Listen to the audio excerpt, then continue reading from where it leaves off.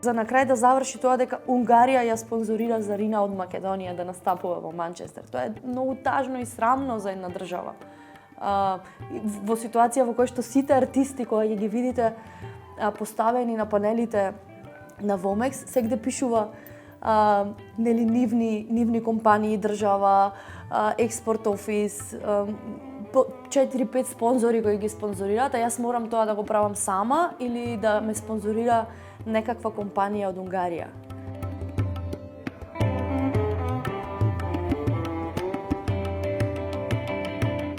Јас имав испратено мејл до Министерство и 3 месеци не ми беше одговорен тој мејл. Испратив уште еден мејл месец дена пред концертот, исто така не бев удостоена со барем одговор, макар негативен. Воопшто никакво внимание. И тоа е многу фрустрирачко.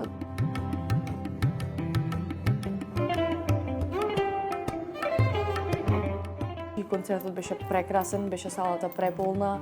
Кој влезе во салата не излезе, што е многу битно за тој настан, бидејќи влегуваат професионалци кои се задржуваат по 5 минути, влегуваат, излегуваат, бидејќи во исто време се случуваат 70 шоус. Еве имавме едно такво искуство каде што публиката беше статична, односно не мрдаше, целото време целиот фокус им беше посветен на нас.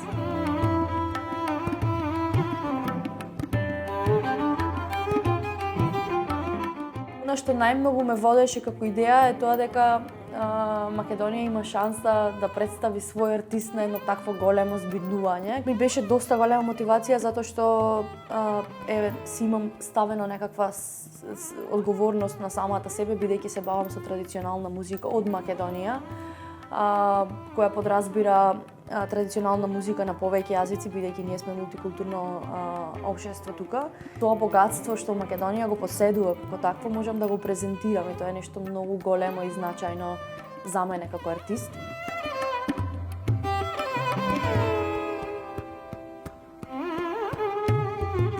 Поддршката од државата, нешто што е многу битно во вакви моменти за артистот да може да ја работи сопствената работа, а не да се бави со бирократија и така натаму.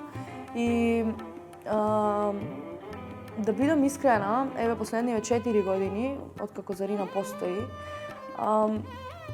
не наидувам апсолутно на никаква поддршка од државата. Не сум сигурна ни дали воопшто ја познаваат Зарина. Не знам на што се должи тоа, можеби се работи за вкус, можеби се работи за некакви превиди во администрацијата, па не ни стигнуваат до тие проекти.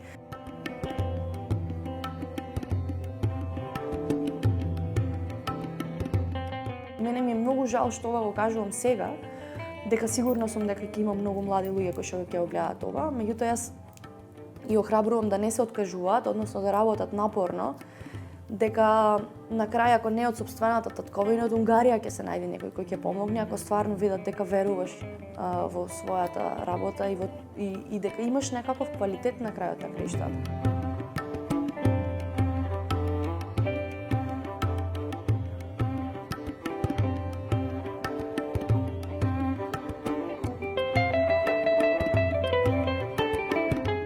Идејата на мојата музика и во моментот кога ја создавав, во моментот кога работев на нејзиното излегување надвор во светот, секогаш ми беше идејата да пред се македонската традиционална музика да ја покажам надвор во светот, а после целата таа музика која е во склоп на тој албум да добие некаква видливост надвор од границите на Македонија.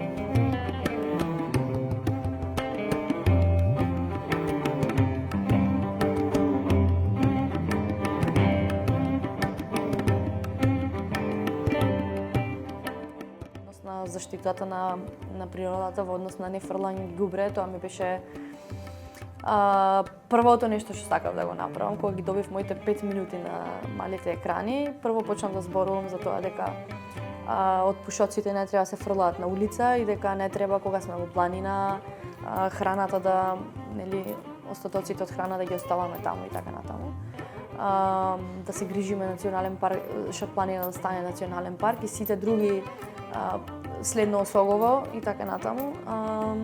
И дека на крајот на крештата воздухот што го дишиме овде зависи од тоа.